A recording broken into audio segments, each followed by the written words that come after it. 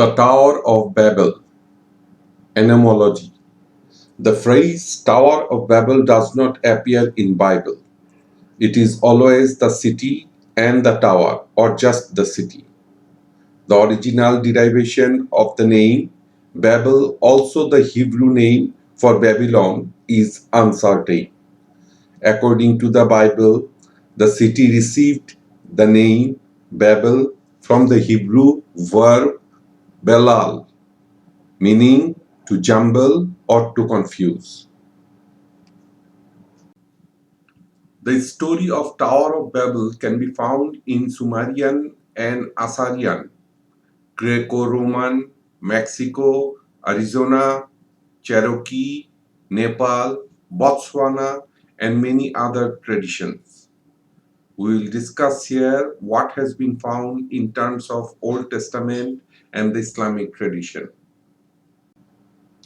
The Tower of Babel in Judeo-Christianity.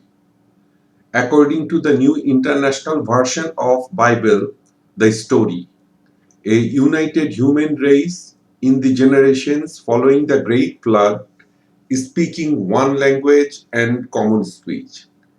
As people migrating eastward, they found a plain land in Shinar and settled there.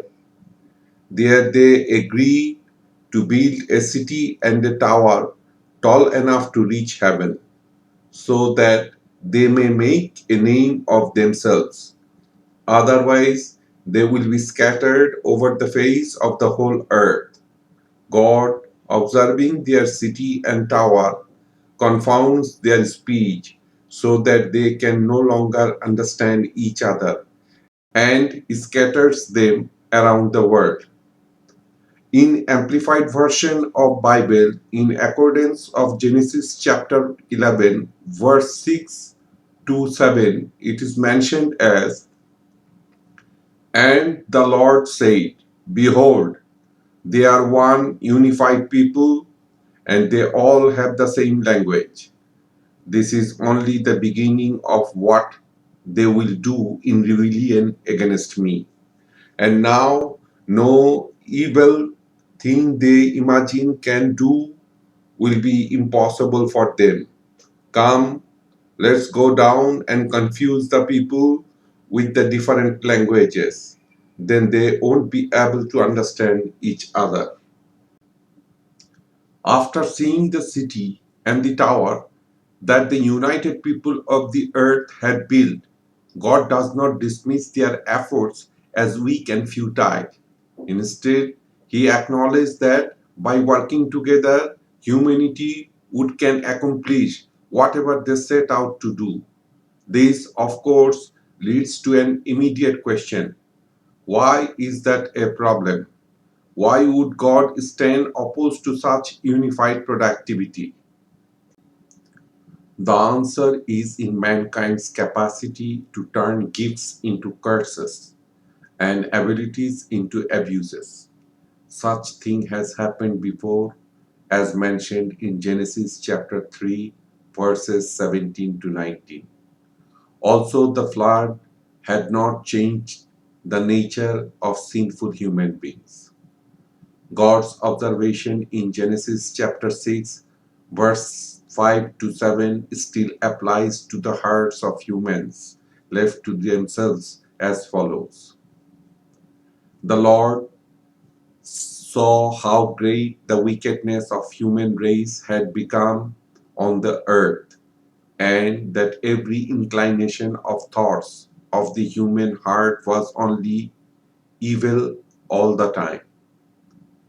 The Lord regretted that He had made human beings on the earth, and His heart was deeply troubled. So the Lord said, I will wipe from the face of the earth the human race I have created, and with them the animals, the birds, and the creatures that move along the ground, for I regret that I have made them. A powerfully united humanity inclined to do evil could accomplish great wickedness.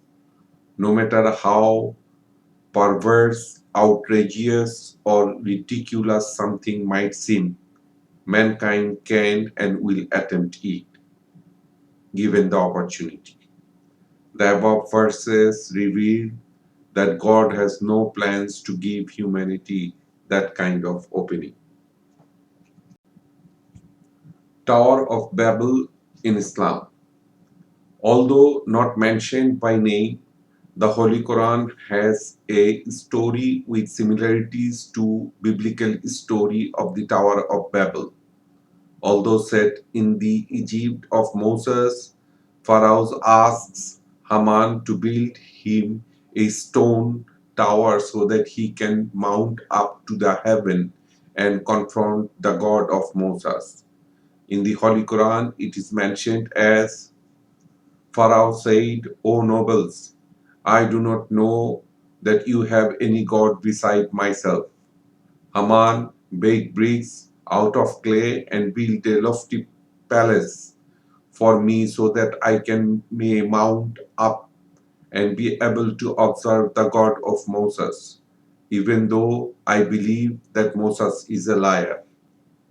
Another story in the Holy Quran mentions the name of Babil, but tells of when the two angels Harut and Marut taught magic to some people in Babylon and warned them that magic is a sin and that their teaching them magic is a test of faith. The Holy Quran, it is mentioned,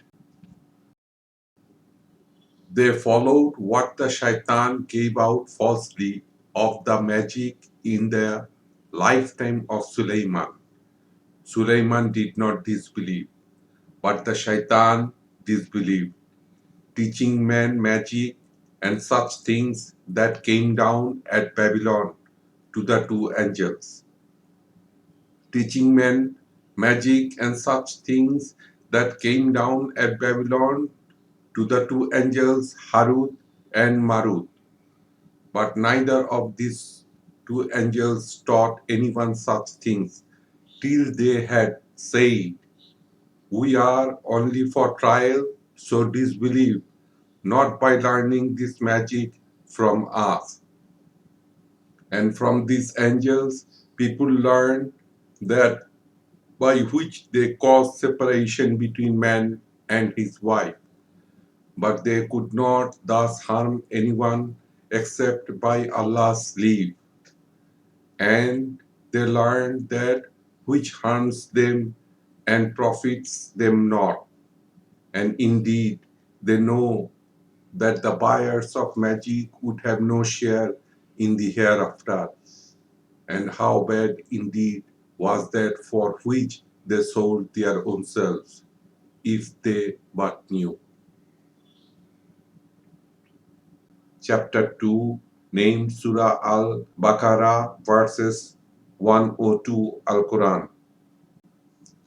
A tale about Babel appears more fully in writings of Yaqut and the Lisan al-Arab, but without the mentioning of tower.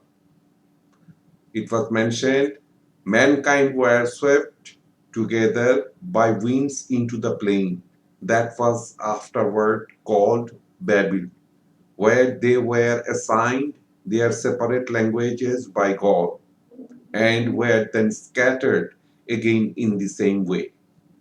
In the history of the prophets and kings by the 9th century Muslim theologian Al-Tabri, a fuller version is given as follows.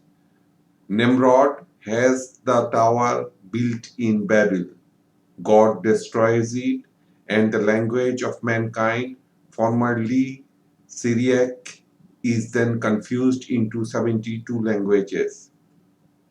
Another Muslim historian of the 13th century, Abu al-Fida, relates the same story, adding that the patriarch Eber, an ancestor of Abraham, was allowed to keep the original tongue, Hebrew in this case, because he would not partake in the building of the Tower of Babel. Although variations similar to the biblical narratives of the Tower of Babel exist within Islamic tradition, the central theme of God separating humankind on the basis of language is alien to Islam, according to the author Yahi Emrick.